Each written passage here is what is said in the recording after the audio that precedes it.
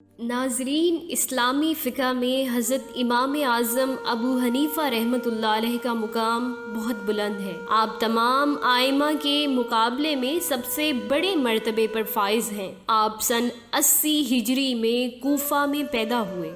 آپ کا نام نعمان بن ثابت رحمۃ اللہ علیہ اور کنیت ابو حنیفہ ہے۔ امام ابو حنیفہ اس اعتبار سے بھی منفرد ہیں کہ آپ تابعی ہیں اور آپ کے پہلے اساتذہ صحابہ کرام رضی اللہ تعالی عنہ ہی تھے، جن کی آپ نے براہ راست زیارت کی اور احادیث کا علم سیکھا۔ آپ کے علاوہ ائمہ حدیث اور فقہ میں کوئی امام بھی تابع نہیں ہے۔ آپ نے فقہ کی تعلیم حماد بن ابی سلیمان رحمۃ اللہ علیہ سے حاصل کی۔ امام ابو حنیفہ چونکہ کوفہ میں پیدا ہوئے اور کوفہ ان دنوں تعلیمی مراکز میں ایک نام رکھتا تھا، چنانچہ آپ نے حدیث کا علم سب سے پہلے کوفہ سے ہی حاصل کیا، پھر حرمین شریفین گئے اور وہاں سے علوم و فیاض کی براکات سمیٹی۔ اس کے بعد بصرہ سے بھی علم کے موتی حاصل کیے۔ آپ میں سیکھنے کی لگن اور تڑپ اس قدر تھی کہ آپ نے تقریباً 4000 سے زائد اساتذہ سے علم و فیض حاصل کیا۔ کوفہ میں امام حماد رحمۃ اللہ علیہ کا مدرسہ دین کے طلبہ کے لیے بہترین سمجھا جاتا تھا۔ اس کی ابتدا حضرت علی رضی اللہ تعالیٰ عنہ اور حضرت عبداللہ بن مسعود سے ہوئی تھی۔ امام ابو حنیفہ بھی اسی مدرسے میں چلے گئے۔ شروع میں نیا طالب علم ہونے کی وجہ سے درس میں پیچھے بیٹھتے، لیکن چند روز بعد جب امام حماد کو تجربہ ہو گیا کہ تمام حلقہ میں ایک شخص بھی حافظ اور ذہانت میں ان کا ہمسر نہیں ہے تو حکم دیا کہ ابو حنیفہ سب سے آگے بیٹھا کریں۔ آپ اپنے استاد حماد رحمۃ اللہ علیہ کی خدمت میں 10 برس تک رہے۔ ایک بار ان کے کسی عزیز کا انتقال ہوا تو آپ کو جانشین بنا کر سفر پر چلے گئے۔ اسی دوران مختلف لوگوں نے مسائل کے لیے آپ سے رجوع کیا، جن میں سے بہت سے مسائل ایسے تھے کہ جن کے بارے میں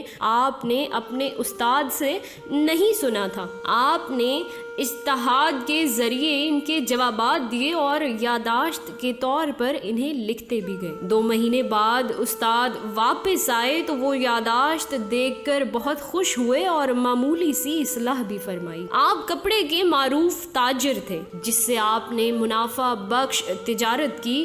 منافع کا ایک حصہ اپنے لیے رکھتے، دوسرا کاروبار کے لیے اور تیسرا علماء اور طلباء پر خرچ کرتے۔ ایک بار آپ نے اپنے شراکت دار کو کہا کہ اس کپڑے میں کچھ عیب ہے، اسے بتائے بغیر فروخت نہ کرنا، لیکن جب وہ کپڑا بکا تو وہ عیب بتانا بھول گئے۔ حضرت امام ابو حنیفہ کو جب علم ہوا تو اس خریدار کے پیچھے گئے اور معذرت کی اور اس کپڑے کی قیمت صدقہ کر دی۔ ایک دفعہ حضرت امام ابو حنیفہ اور امام شافعی رحمۃ اللہ علیہ کے شاگردوں کے درمیان جھگڑا ہو گیا۔ ہر گروہ اپنے امام کی فضیلت کا دعویٰ کر رہا تھا۔ حضرت امام ابو عبداللہ نے فیصلہ کیا اور امام شافعی کے شاگردوں سے کہا کہ تم اپنے امام کے اساتذہ گنو۔ جب گنے گئے تو 80 تھے۔ پھر انہوں نے احناف سے کہا آپ گنے۔ انہوں نے شمار کیے تو حضرت ابو حنیفہ کے اساتذہ کی تعداد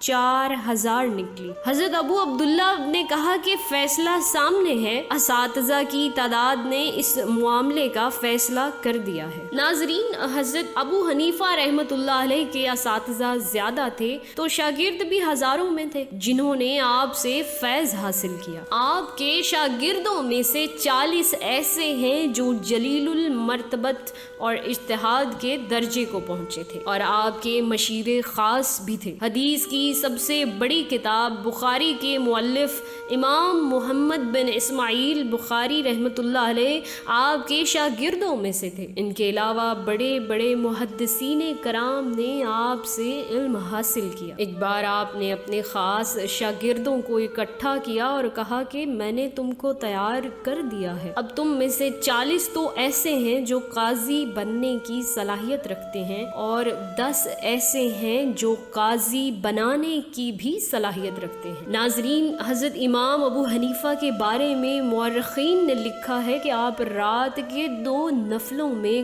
پورا قرآن کریم ختم کرتے اور رمضان المبارک میں 60 مرتبہ قرآن کریم ختم فرماتے۔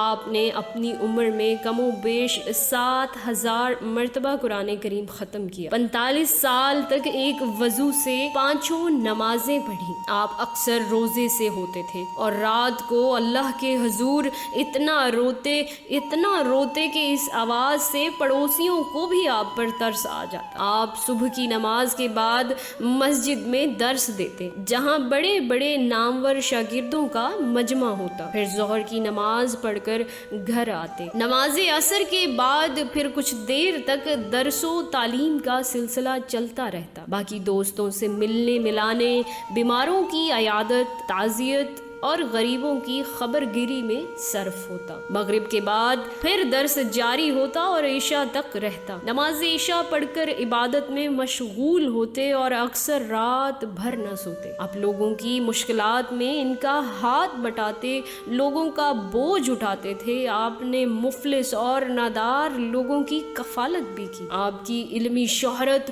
اور خدمت خلق کے چرچے دنیا بھر میں عام ہونے لگے، یہاں تک کہ مکہ، مدینہ، دمشق، بصرہ، مصر، یمن، یمامہ، بغداد، اصفہان، بخارا، سمرقند اور دیگر بڑے بڑے شہروں تک آپ کے علم و فضل اور خدمت خلق کا طوطا بولتا تھا۔ روایات میں ہے کہ امام ابو حنیفہ رحمۃ اللہ علیہ خوبصورت داڑھی، خوشبودار اور خوبصورت شخصیت والے آدمی تھے۔ اوندا کپڑے پہنتے اور اچھے جوتے پہنتے۔ آپ کی گفتگو نہایت شیریں آواز، بلند اور صاف ہوا کرتی تھی۔ کیسا ہی پیچیدہ مضمون ہو، نہایت صفائی اور فصاحت سے بیان کرتے تھے۔ آپ خلافت عباسیہ میں متعدد عہدوں پر فائز رہے۔ آپ فرماتے تھے، میں سب سے پہلے کسی مسئلے کا حکم کتاب اللہ سے اخذ کرتا ہوں، پھر اگر وہاں مسئلہ نہ پاؤں تو سنت رسول صلی اللہ علیہ وآلہ وسلم سے لے لیتا ہوں۔ جب وہاں بھی نہ پاؤں تو صحابہ کرام رضی اللہ تعالی عنہما کے اقوال سے کسی کا قول مان لیتا ہوں اور ان کا قول چھوڑ کر دوسروں کا قول نہیں لیتا۔ معاملہ تب بھی حل نہ ہو رہا ہو تو اجتہاد کرتا ہوں۔ امام ابو حنیفہ کے اجتہادی مسائل تقریباً 1200 سال سے تمام اسلامی ملکوں میں پھیلے ہوئے ہیں۔ بڑی بڑی اسلامی سلطنتوں میں آپ ہی کے مسائل قانون سلطنت تھے۔ ایک محتاط اندازے کے مطابق آپ نے تقریباً 83,000 دفعات پر مشتمل عملی قوانین مرتب کیے۔ آپ نے قید و بند کی صحبتیں بھی برداشت کی، لیکن کلمہ حق نہ چھوڑا۔ آپ انتہائی ذہین اور قوی حافظے کے مالک تھے، نہایت دانا اور حکمت والے انسان تھے۔ آپ کی فہم و فہرست ہر جگہ مشہور تھی۔ امام مالک رحمۃ اللہ علیہ نے فرمایا کہ میں ایک ایسے شخص کو جانتا ہوں جو اگر لکڑی کے ستون کو سونے کا ثابت کرنا چاہے تو دلائل کی قوت سے اسے ثابت کر سکتا ہے، اور وہ ہے امام ابو حنیفہ رحمۃ اللہ علیہ۔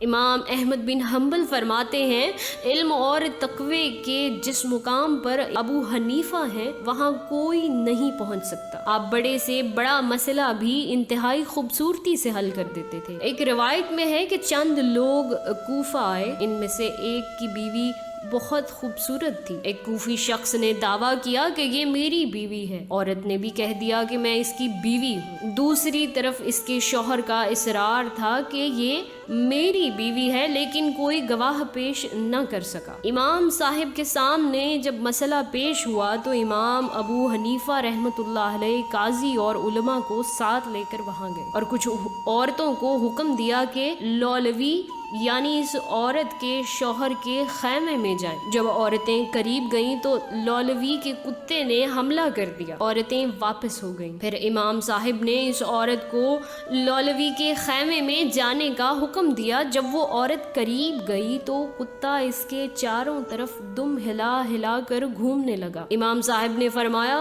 حق ظاہر ہو گیا ہے۔ تب عورت نے بھی اعتراف کر لیا اور اپنے کیے پر شرمسار ہوئی۔ اسی طرح کے اور کئی واقعات ہیں جب آپ نے اپنی حاضر دماغی اور دانش مندی سے بڑے الجھے ہوئے مسئلے حل کر دیے۔ ناظرین، امام ابو حنیفہ کی وفات 150 ہجری میں ہوئی۔ آپ کے وصال کی خبر جنگل میں آگ کی طرح ہر سو پھیل گئی۔ سارا شہر آپ کے جنازے کے لیے امڑ آیا۔ آپ کی مقبولیت کا عالم یہ تھا کہ پہلی بار نماز جنازہ میں کم و بیش 50,000 کا مجمع تھا۔ اس پر بھی آنے والوں کا سلسلہ قائم تھا، یہاں تک کہ 6 بار نماز جنازہ پڑھائی گئی۔ ناظرین، مشائخ کرام کے اس سلسلے کا مقصد اہل اسلام کو اپنے بزرگان دین کے حالات و واقعات سے روشناس کرانا ہے، تاکہ ان کی طرح ہماری بھی زندگی دینی احکامات کے مطابق ہو جائے اور ہم دین و دنیا میں کامیاب ہو جائیں۔